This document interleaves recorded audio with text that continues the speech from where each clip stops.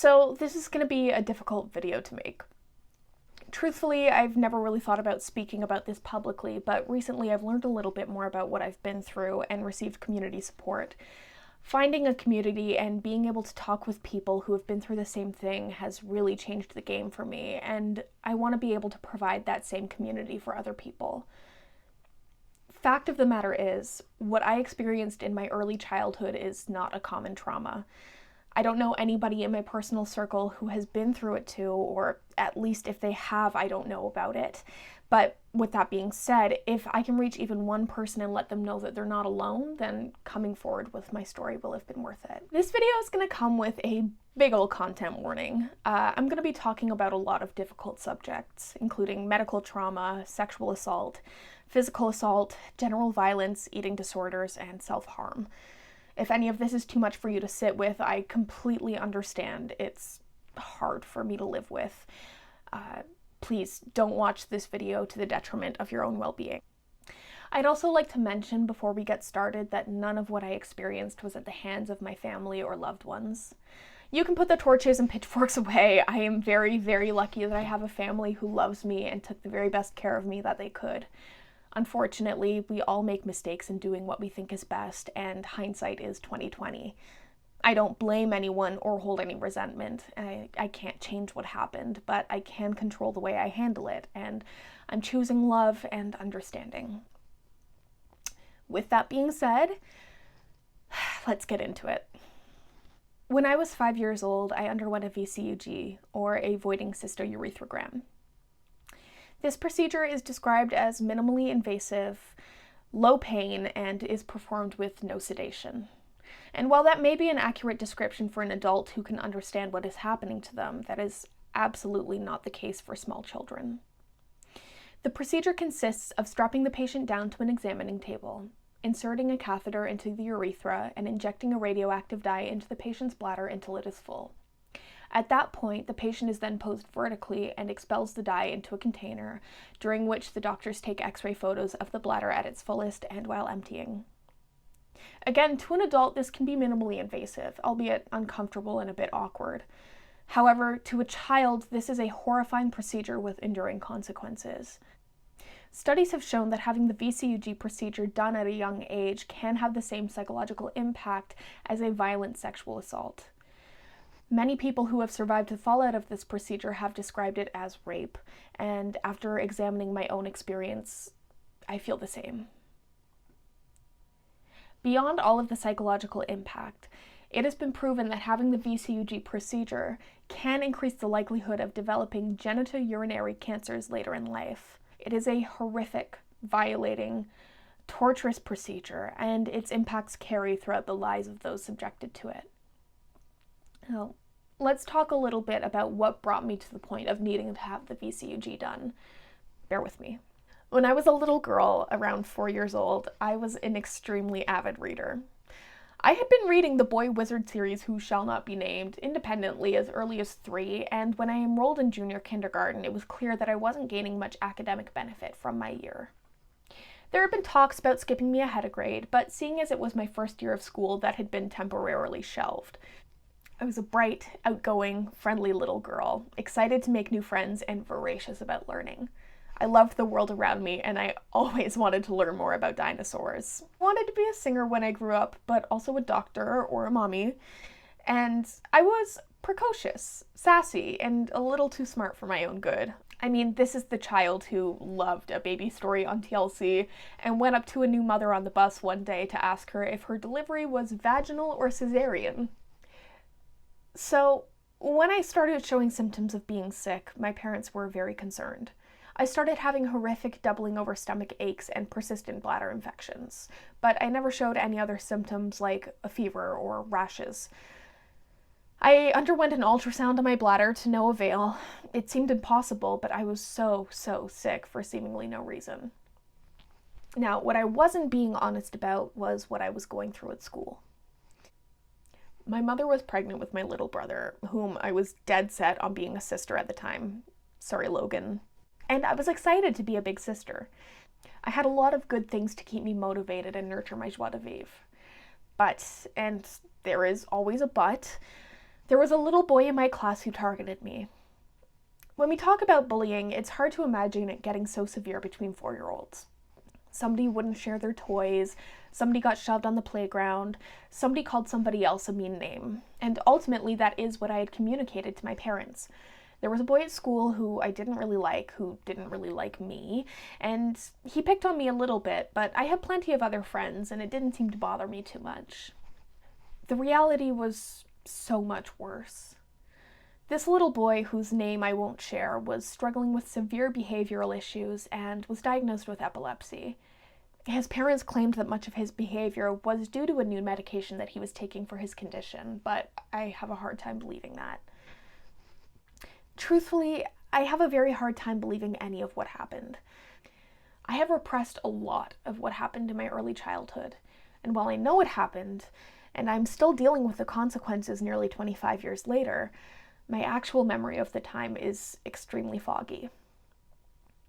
I want to be honest about what I went through here, because I think it's important to understand how bad it had to have gotten for me to require such a traumatic procedure.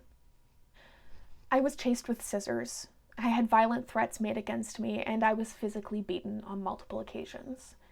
The boy at one point covered himself in paint and told me he had just murdered my mommy and baby brother. He told me his dad knew how to rob houses and he was going to break into my house and steal my blankie. And eventually, in the beatings, he recruited other boys to help him. The only memory I have of these physical altercations is lying on the ground with 3 boys standing over me, taking turns punching me in the stomach. I was 4 years old. The school refused to get involved in any meaningful way. The only grace I was given was in my senior year of kindergarten, when I was put into half-days kindergarten, half-days grade 1, as sort of a trial to see if I would thrive in being skipped forward. This, however, did not stop any of the bullying, and it didn't stop me from withdrawing. It was also around this time that I made friends with another little boy in my class, Damien. He was a wheelchair user, and he was very sick. I don't remember much about Damien, but I cared for him, and I took the time to be his friend when not many other children would. Damien passed away halfway through my first year of kindergarten, and that was my first brush with loss and death. I think about all of this now, and I can't fathom any single one of these events happening to such a young child. Losing a friend, experiencing a physical assault, going through sexual trauma, it all seems like too much. And honestly, sometimes I think it's a bit of a miracle that I'm still standing. Now, typically during the VCUG procedure, parents are not allowed to be in the room due to the presence of the radiation. You know, sort of like when you go to the dentist and you have to have an x-ray done on your teeth and they ask the dental hygienist, or if you're small and your parents in the room with you, they ask them to leave because, x-rays. However, my mother was allowed to be in the room with me because I was fighting so hard. She had to hold me down while they violated me and had to leave the room while the x-ray imaging was being done. Now I want to make this exceedingly crystal clear. I do not, under any circumstance, think that the doctors or nurses involved in my procedure took any kind of pleasure or gratification from what I experienced. I am not calling them predators or making any kind of accusations of character. But when we think about the most important lessons we are given as very young children, we think of some core truths. Your boundaries are important. Nobody is allowed to touch you if you aren't comfortable. And if somebody touches your private areas, that is wrong and you need to tell a trusted adult. And as I laid on that table, kicking and screaming for it to stop, for my father to come in and save me, being held down by my mother, every single one of those core truths was violated and shattered. I was penetrated. I felt intense pain. I was humiliated and forced to urinate while naked waist down. I had my photo taken in an incredibly vulnerable position. I was told that my parents are safe, doctors are safe, teachers are safe. And in those moments, in school and during the procedure, I was shown that nobody is safe. I'm sure my parents are watching this, and I've had private conversations with them about what happened within the past year, and I've let them know that I don't hold any anger or resentment towards them about what happened. They were my age when this happened, only 28, and they were terrified. They didn't know what was happening to me. I was sick, and they didn't know how to help me.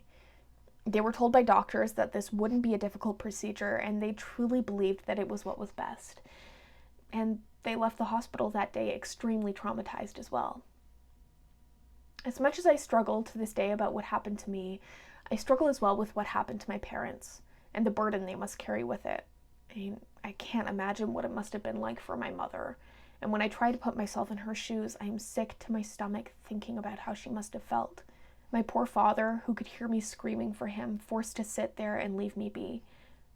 I've cried a lot of tears for my parents over this. They were young too. They didn't know any better, and they only wanted to help me. And now this is something we all have to carry. I hadn't been honest with my parents about how bad the bullying at school had gotten, so after the procedure proved that there was nothing physically wrong with me, they got to the bottom of the situation and learned the full scope of what I had been through. After a lot of back and forth with the school and their ongoing refusal to intervene, I was pulled out of public school halfway through senior kindergarten, and my grandmother homeschooled me the rest of the year. That's when my family moved to Newmarket, and I was enrolled in a French immersion program. Finally, I wasn't skipped forward, and I worked through the curriculum with other kids my own age. Unfortunately, my struggles were far from over. The scars of what I went through were everlasting, and I continued to have a really hard time in school. By grade 3, it was clear that I had a learning disability in math, and I was having a very difficult time academically. I also had a very hard time socially, and although I never faced bullying to the same extreme as I already had, I was always a bit of an outcast. Of course, there are external circumstances to factor in. Things like my queerness, my neurodiversity, and my race are all important aspects to who I am that absolutely impacted my social life growing up. But I was shown from a very early age that school was never a safe place to be, and I couldn't trust anyone. To this day, I still repress a lot of my trauma, and it takes a lot for me to really feel or share my negative emotions, and I am still dealing with the fallout and aftermath of what happened to me. As I became an adult and started having sex, my body was never my own. I've been sexually assaulted by 2 different men and physically assaulted by one. My first queer experience was an assault from a much older woman. I viewed myself as an object, and I didn't care much about what happened to me, as long as I was pleasing other people. And as I lost control of so many things in my life, I restricted my eating, the one thing I could control. I got very sick. I went a full week without eating, and at one point my weight was as low as 100 pounds. Well, I'm proud to say that I've come a long way in my recovery, but I am far from fully recovered. I still struggle deeply with my body image and my eating habits. Anorexia rears its ugly head a few times a year, and I really have to fight myself to take care of my body. I've also struggled with self-harm for as long as I can remember. I used to be a nail biter, but I managed to kick that habit. Since then, I have obsessively picked my skin. In my teen years, I would pick the skin off the bottoms of my feet until there were open sores on my heels that would burn and hurt with every step I took.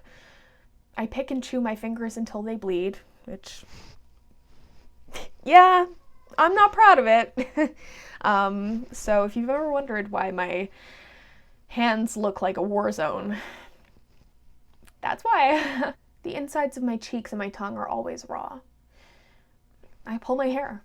When I was 18, I pulled so aggressively that I had a bald patch in my right eyebrow. I've seen many therapists and counselors over the years to varying degrees of success. I've come to learn that I have a real knack for minimizing and deflecting, and even in a therapeutic environment, I struggle with vulnerability. I don't like to cry in front of other people, and it's rare that I truly let someone see the real me. I also struggle very deeply with medical trauma from my procedure. I hate going to the doctors, and I have a very, very hard time getting needles or having blood taken, to the point that I often have to take sedatives before having a blood test. I recently had an STI screening, and I was unable to access my prescription beforehand. I was lucky to have my 2 best friends, Steph and Maddie, with me to hold my hand through having my blood drawn, but I was pale, hyperventilating, and extremely faint. I will avoid going to the doctor's office 100% of the time, and I have frequently allowed myself to get too sick before seeking medical intervention. Whew, it has been a hard road, but I don't know that I would change any of it. Ultimately, I'm so proud of the person that I am now. There's a quote that has echoed in my head for years now. No one will know the violence it took to become this gentle. I've seen this quote attributed to Ralph Waldo Emerson and a similarly worded quote to Nitya Prakash, but I couldn't find this as a concrete excerpt from his work. Regardless of who originally said these words, they have impacted me deeply. Through all the pain and difficulty, I do my best to greet the world and its people with kindness and empathy.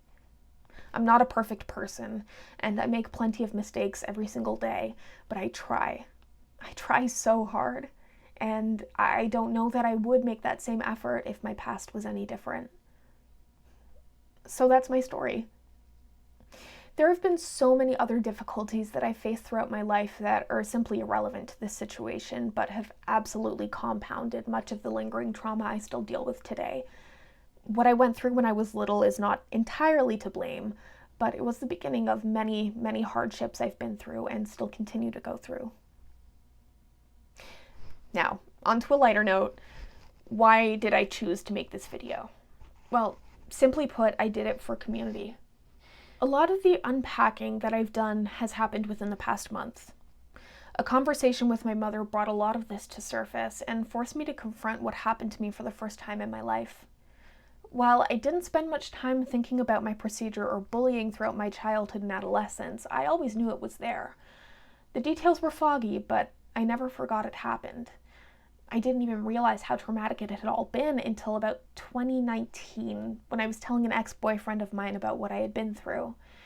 That was the first time I really thought about the fallout of my procedure, and a lot of things started to make sense. That same night, I went home and I asked my mother about the bullying.